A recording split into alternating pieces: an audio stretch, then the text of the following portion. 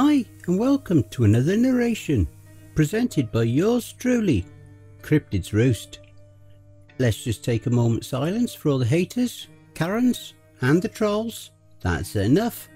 Be sure to check out the blooper reel at the end of the video, which is then followed by the end screen, where you will find more videos listed. So grab your coffee, sit back and enjoy the show. And don't forget, where fear is, happiness is not. The Curse of Stragview. This awesome story is written by Erutious. You can also find him here on YouTube under the moniker of Dr. Plague. His very own CreepyPasta channel will be listed below, so be sure to check it out. Daddies, mummies, brothers, sisters, it is a new era and a new age. Every new age brings something new. There's a new site that gives you all your quality jackets, joggers, shoes, bags, hoodies and lots more. Metaphysik.com.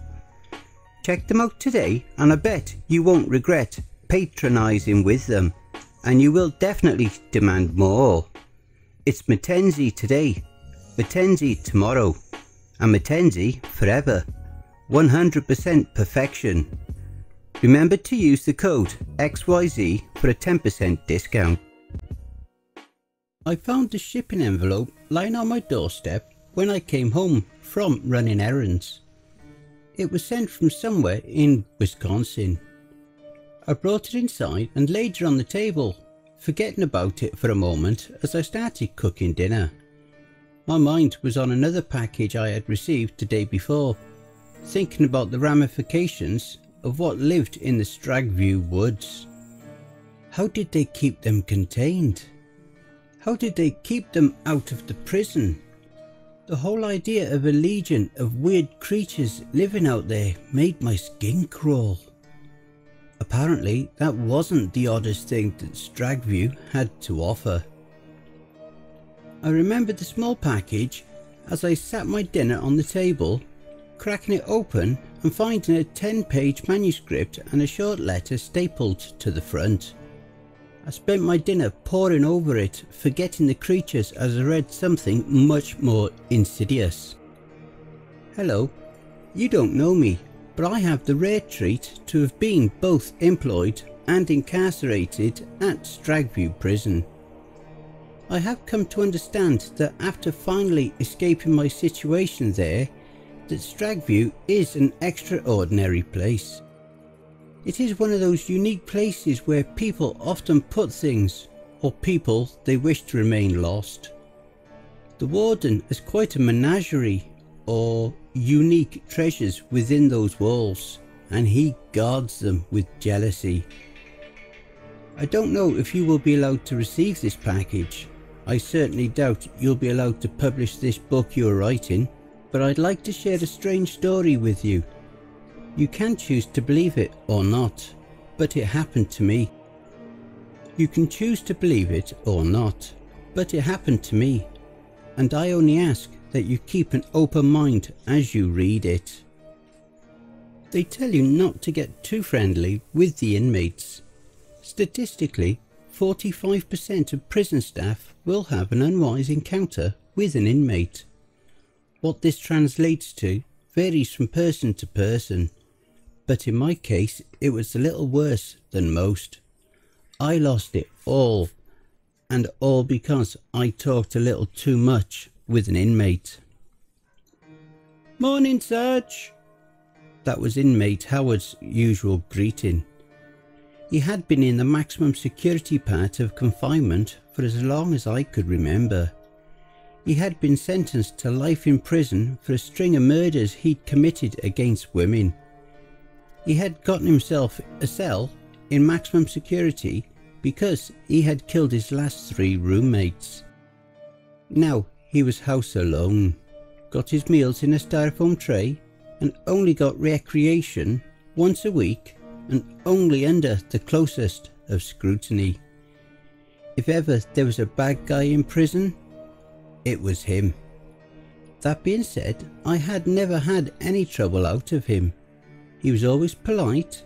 He never sat at the door and ogled nurses when they came to pass meds. He never kicked the door or threw his shit at us, and was generally well behaved as far as inmates went. He read a lot, never really talked to anyone, and mostly kept to himself. He didn't even really speak to the other COs, except for me. I was the only one that had more to say to him than "shut up." His conversation started off light. How was this football team or that football team doing as I passed out mail? What sort of movies were in the theatres while I handed out lunches? How was I or the health of my family while I pushed around the laundry cart? Standard stuff, conversation starters, is pretty typical of inmates locked in their cells 23 hours a day. I kept my responses casual at first, 1 or 2 word answers, but after a while you start getting used to people. Inmates are criminals, they're bad guys, but you see them as often as you see your friends after a while. I was never friends with them, that's never a good idea. You do become relaxed though, you let your guard down. You start to discuss last night's football game with them. You talk about how the new Judge Dredd movies are so much better than the old ones. You ask them about their families and you tell them a little about yours. You start to look at them like animals in the zoo. The animals are behind bars and thus no threat to you. You get relaxed. You get comfortable looking and stepping a little closer to the bars than you usually would. You forget that the animals still have claws and horns and teeth.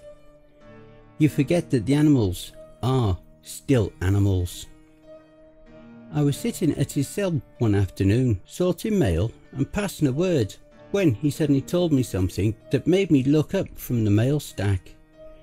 I had gotten comfortable talking with him and made a habit of it almost every afternoon.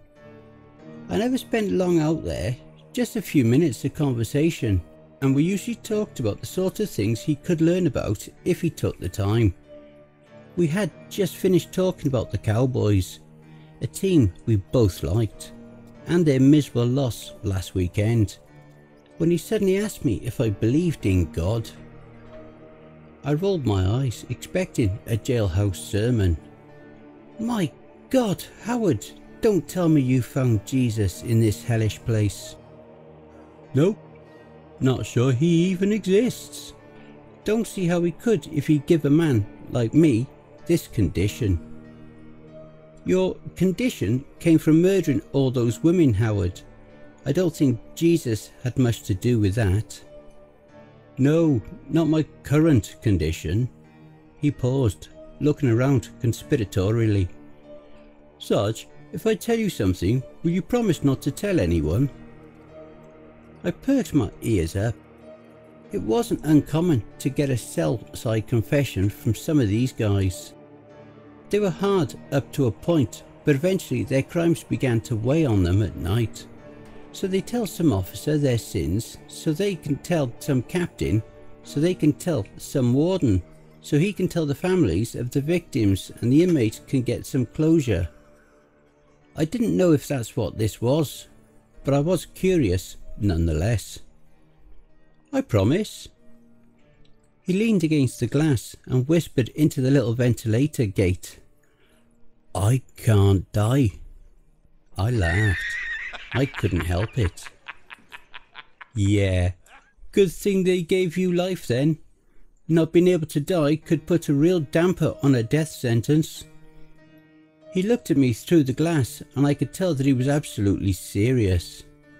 I gave him a stern look. There is no way. Get the hell out of here. No one is immune to death, Howard.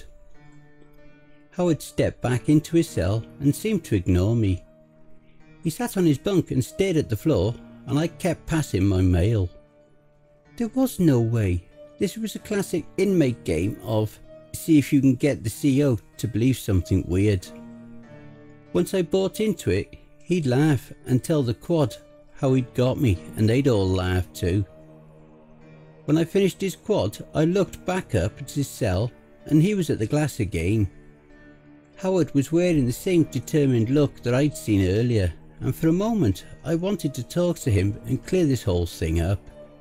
If he hurt himself because of this, I could get into some serious trouble. I put it out of my mind and went about my routine. It was almost time to leave, and I wanted to be out the door when 6 o'clock rolled around. Howard didn't bring it up again until the next day. I came around with his lunch tray and noticed that he was standing in the back of his cell.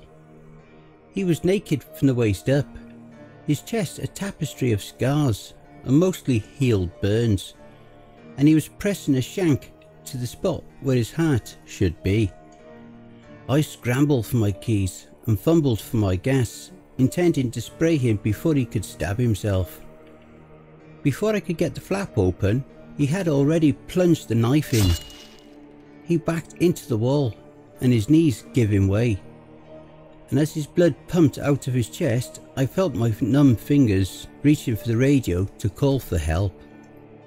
I had drawn it to my mouth when he hit the floor, the hole already closing, and dragged the wet knife across the glass. "Leave me now," he said, his voice completely even. The radio buzzed to life. Whoever was in the booth must have noticed me out on the floor and thought something was going on. I keyed up the radio and told him that everything was okay as I watched the knife slide out from under his cell door and bump my foot. Howard stepped back, hands raised, a big grin on his face.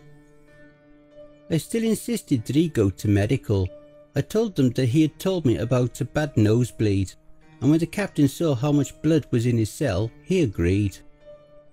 We shackled him, cuffed him, and took him down the path to medical. His chest and pants are washed with blood. I agreed to sit with him in medical, and after the nurse looked him over, we sat in the exam room and waited to be released. That's where he told me the whole story. When I was 6, my dad came home drunk and broke my neck during the beating.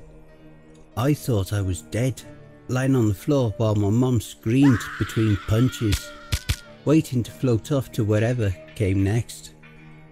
When I didn't die, I realised that my neck wasn't broken. It had been. I knew it had been, but it wasn't anymore.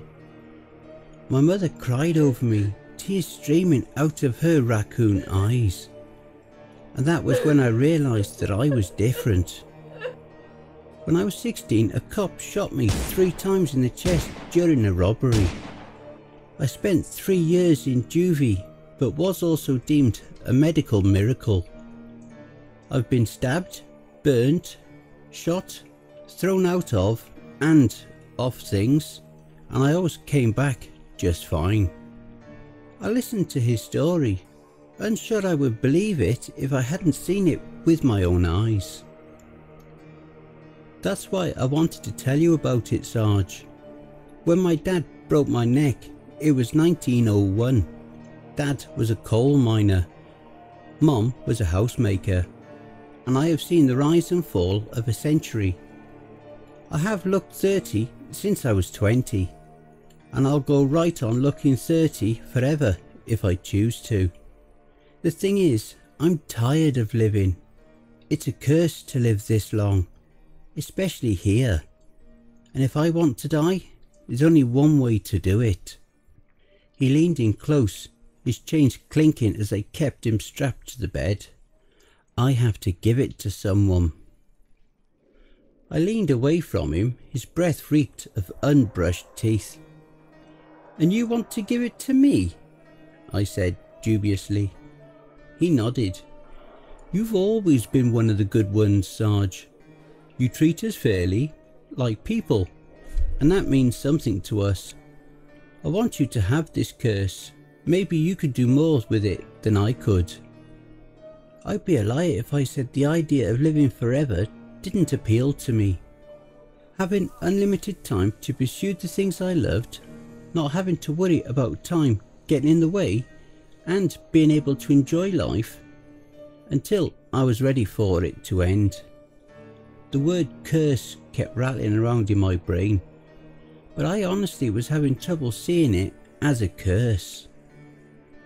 As I lay next to my wife that night, I imagined outliving her and our son. Maybe that was the curse. Maybe Howard had watched people he loved die over the years. Maybe that was the terrible part. I mulled it over for a week before I gave him my answer. We were taking them out for cell cleanup, and as Howard stood there, ankle chains and hands cuffed behind his back, I moved next to him and asked my question. So, say I wanted to take this power, how do we do it? He smiled knowingly. Been thinking about it for a while, huh? I shrugged. Well, yeah, you have to admit that it's a tempting offer. He nodded, but said nothing. So, how does it work? I asked impatiently. We shake hands and you say, I take this burden unto myself. That's it? I asked incredulously. That's it, he said. He turned to look at me then, and the look in his eyes should have told me all I needed to know. His face was calm, but his eyes were hungry to be rid of this curse. His eyes burned with a secret desire, a desire unknown to anyone who hadn't been trapped in a cage as he had. His whole body seemed to vibrate as he extended his hand, and if I hadn't been so eager, no, greedy is a better word.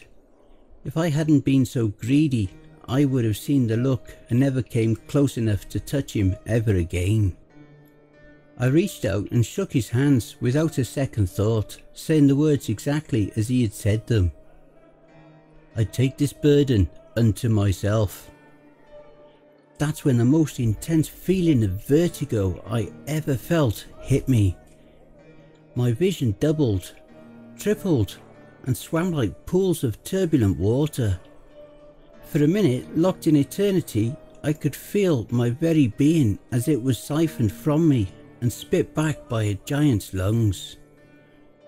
I was turned into a tornado, bottled in a jar, and poured over a volcano. I cannot adequately describe what happened, but when I returned to myself, everything changed.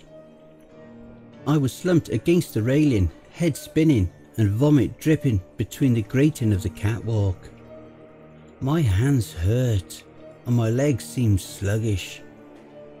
I could hear voices asking if I was okay, but my tongue didn't want to work properly when I tried to respond. As my vision cleared, I was again struck by an odd sense of vertigo as I saw myself coming up from my knees. I stood up and shook my head, testing my hands and looking over at myself as I leaned against the rail. I tried to reach out, but my hands were stuck behind me. I took a step towards myself, but my legs came up short and I fell on my face on the metal grating. As my nose broke, I was aware of the second most excruciating pain of my life. I rolled over, spitting blood, and could see myself standing over me. When I smiled, I felt a cold horror spread over me.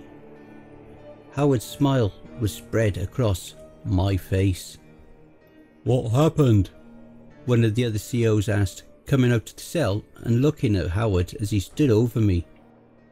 "This inmate lunged at me. I had to put him down before he hurt himself," Howard said, never taking his eyes off me. "That's so?" the CO asked.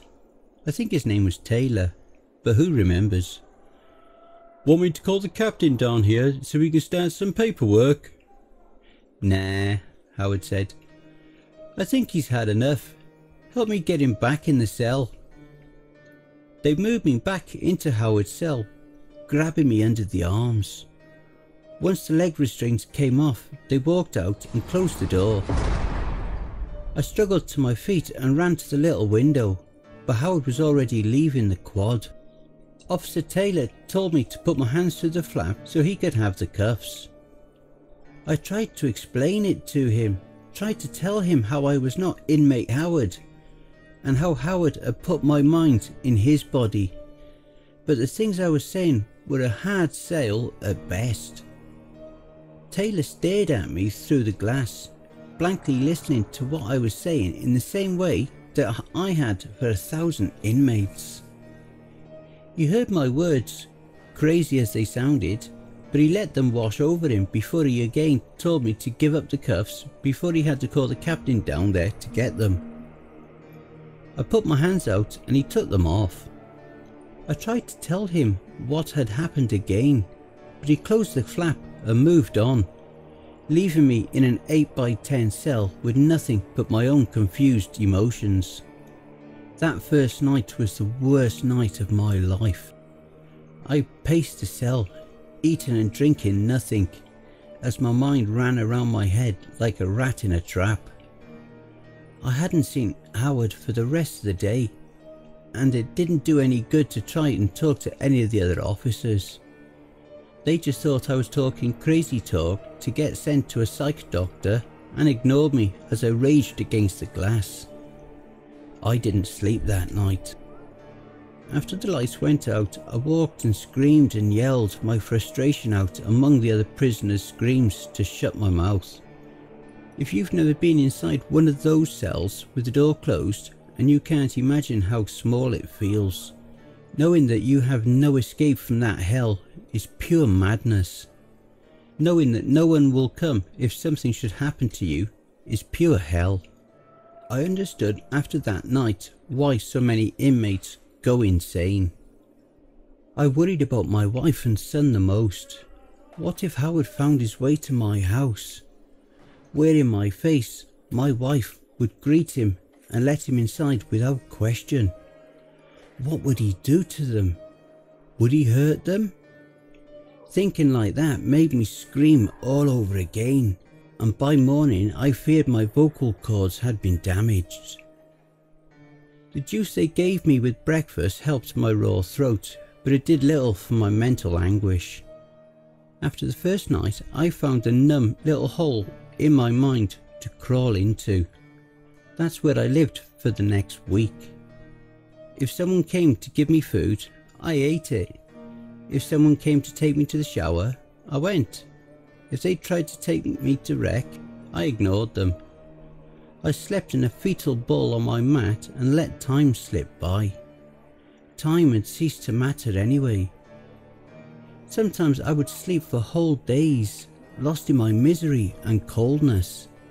The world shrank to an 8x10 concrete box, and the things outside, it mattered very little. I could hear whispers on the quad, but I ignored them. My name came up often, my old name that Howard now wore. No one had seen me in a while, and there was talk that something had happened. I had done something bad, and was likely not coming back. I tried to block it out. I held my hands against my ears and refused to listen, but as the details came out, my worst fears were realised. I had murdered my family. I had shot and killed my wife and son. There was evidence of sexual assault on my wife. Neighbours had heard her begging for her life and heard my son screaming as he killed them. He had left afterwards and killed 5 more people. They had caught him in the act and taken him alive. His trial was scheduled for later this month. He was likely to get the death penalty. This information trickled in over the course of weeks. I was privy to it but did not actively participate. I stopped eating, my eyes constantly running at the thought of my family's suffering. My wife, my son, they were both lost forever. They had died believing that I was their killer. My greed had led to their deaths. As I lay there, I realised I could not take this pain. I tried to kill myself the next night. The officers on duty found me hanging from a bedsheet and cut me down, rushing me to medical. It was needless. I had suffered no ill effects. I had never even lost consciousness. Howard had been right. My body refused to die.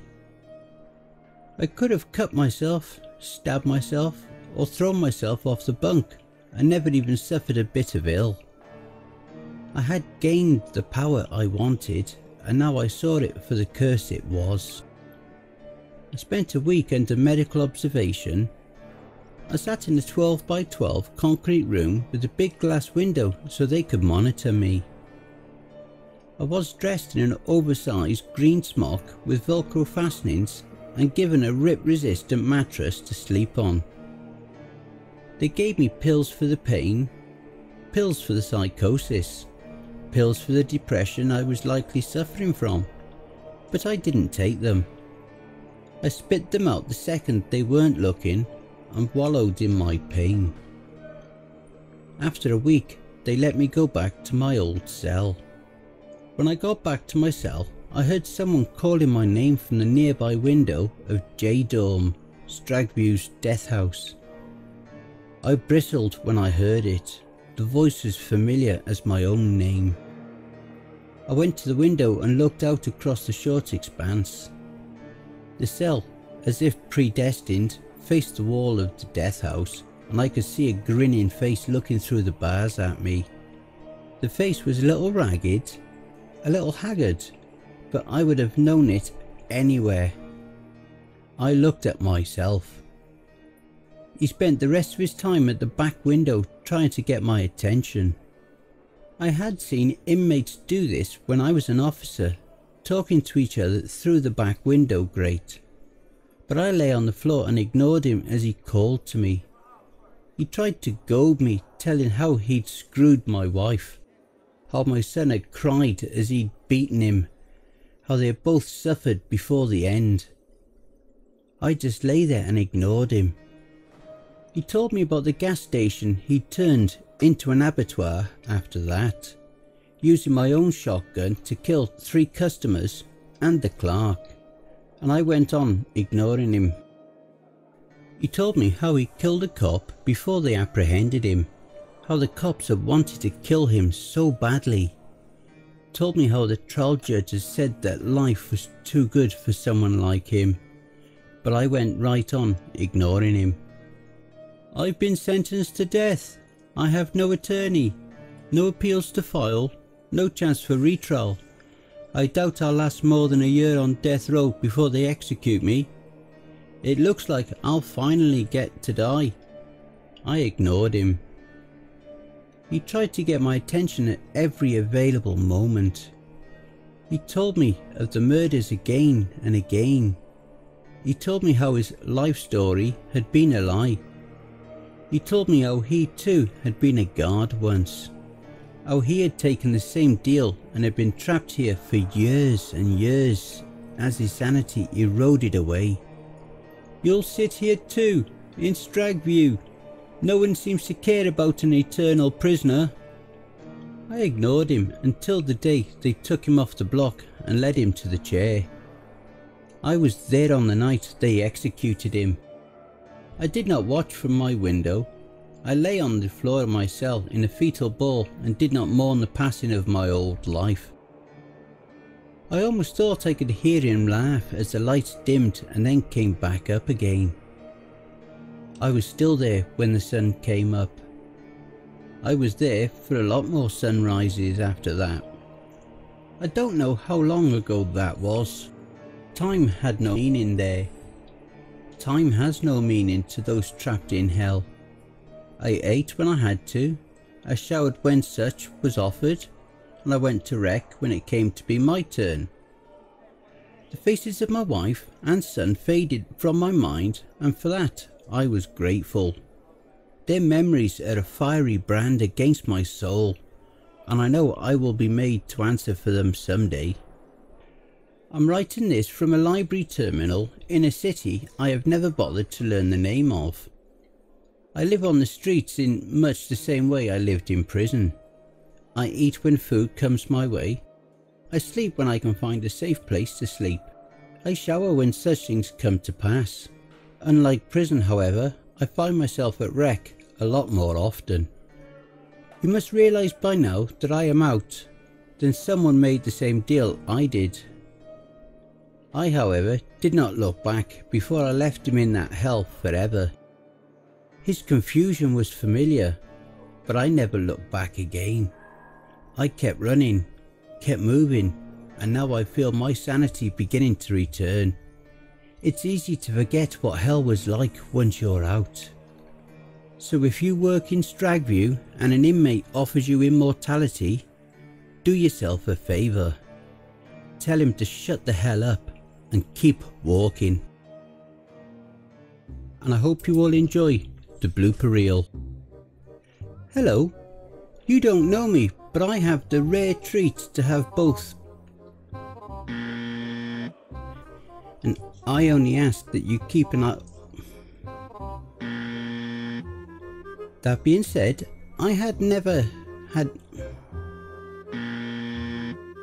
And we usually talked about the sort of things he could learn, and we usually talked about the things. Don't see how he could if he'd give a man like this. Dad was a coal miner.